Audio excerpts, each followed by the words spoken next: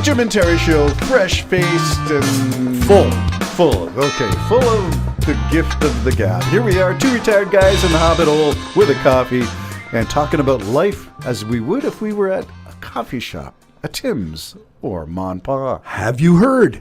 It's funny, I was just discussing that with a friend yesterday, that our show is supposed to be Have You Heard? Yeah. And so in that, we're allowed to be wrong. We're just, because we're supposed to be off the cuff. Did you hear? Yeah, just like our cards say, and those millions of cards that have been handed out around the world. We do have business cards. Yes, we do. And yeah, there you are.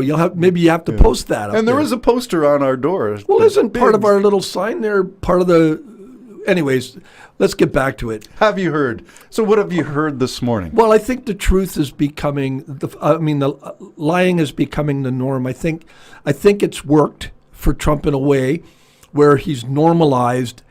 You cannot take for fact anything that comes out of the man's mouth. Not one thing can you take for fact. What a slippery place for the world to be, let alone the United States, where all this is unfolding. Well, I don't know what people think about themselves. Those cousins of ours who say to themselves after this almost a year of pure lie, those who are still supporting him, and there are out there many, yeah, they I guess they're normalizing the lie.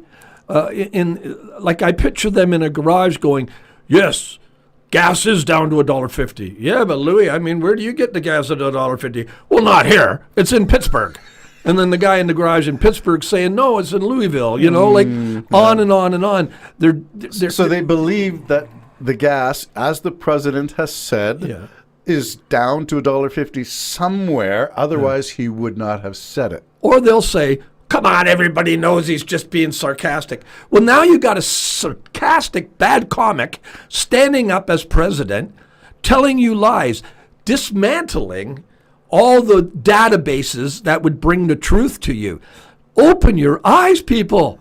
If he's lying to you, and he is, because we for instance, the boats he's blowing up in the ocean, that would take, I think, 18 gasoline fill-ups to get to America. So something's up there that isn't right properly. And the reason England drew away its intelligence from that situation is because they don't want to be caught in war crimes, because you don't just kill people without due process. Now you can dismantle the boat, take the people, take the cargo, arrest them, and do the way you're going to do it. But some guy in the garage is going, no, just kill them all. Well, how do you know who's on that boat? Or what they're doing, or where they're even going? There's no accountability. The military is doing this option, but only the Congress can really give the president that authority. The president can't do it unilaterally. And so that we're in a hard place. When lies become truth. Only the Congress can put tariffs. Only the Congress can do the tax He just bill. does what he wants to do. Yeah. He didn't ask anybody to tear down the East Wing. He just tore it down. He just tore it down. And that's symbolic of the whole presidency. It's just tearing down America. Yeah. It is symbolic, because you're absolutely right. And I wonder who's going to buy that $10 million gold toilet seat. Oh. Toilet, not toilet seat. The toilet you mean the marble stuff that he... No, there is a $10 million gold going toilet. Into the ballroom? No, it's up for sale, for auction. It's $10 million.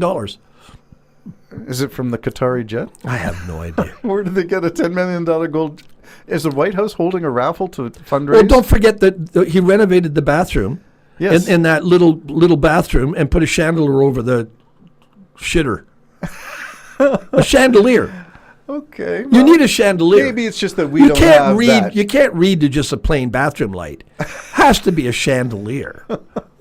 Okay, there's so much stuff that we don't. But the theme, so much stuff we don't understand. But the theme that we're talking about in our Have You Heard is the incredible stuff that gets passed off as truth, and the gross misrepresentations, fibs, lies. It's all misinformation, disinformation. Whatever is coming out of Trump's mouth cannot be believed.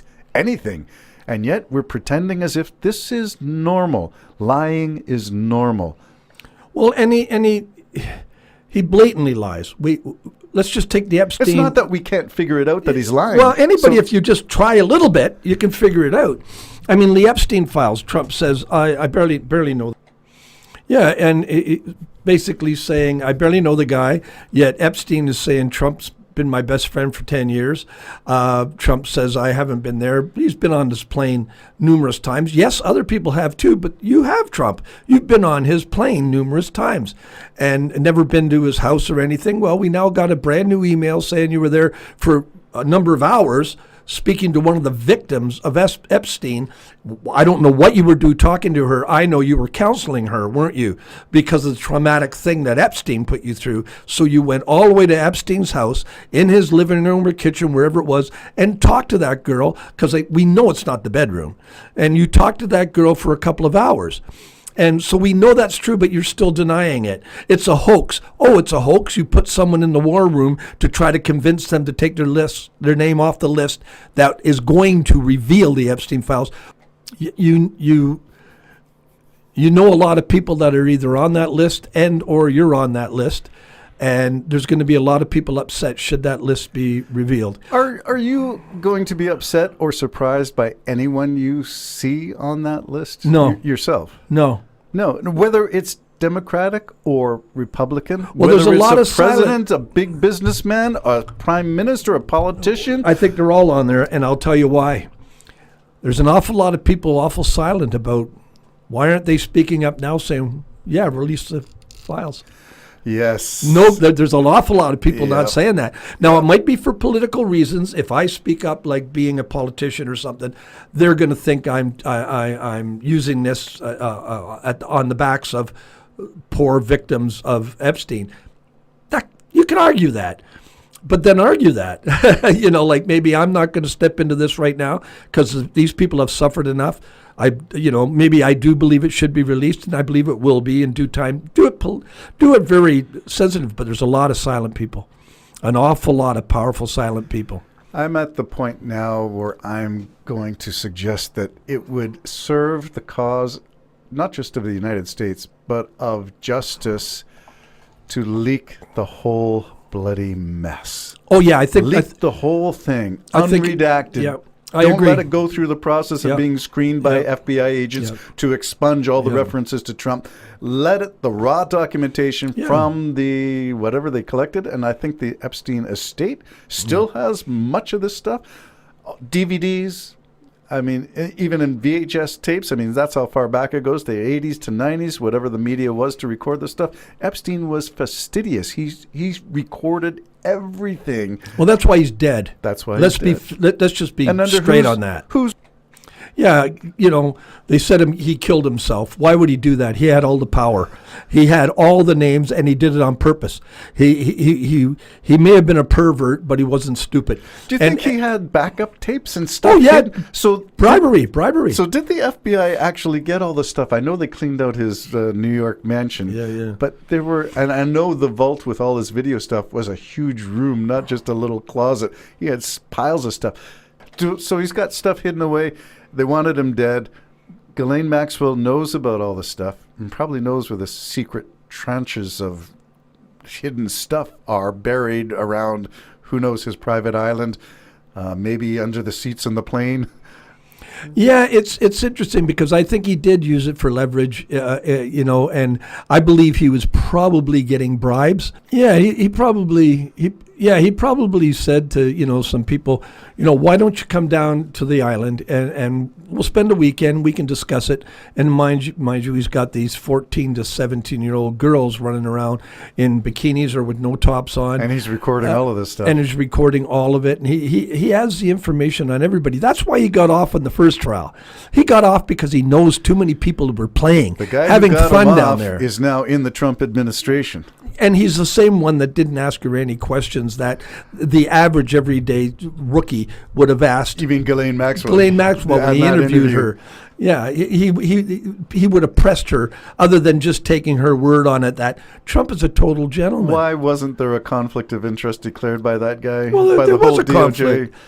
This is the sad thing about America now, Terry. Yep. Everybody knows it's a lie. Everybody knows it's a conflict, and they're letting somehow, Trump knew, that if you said the lie long enough and hard enough, people will just get used to it, and they're going to become blind to the truth and absolutely accepting of all the lies that are being dished out to them. What a sad state for the world. When the lie becomes the truth, we're in a bad space. Jim and Terry Show signing off. Bye-bye.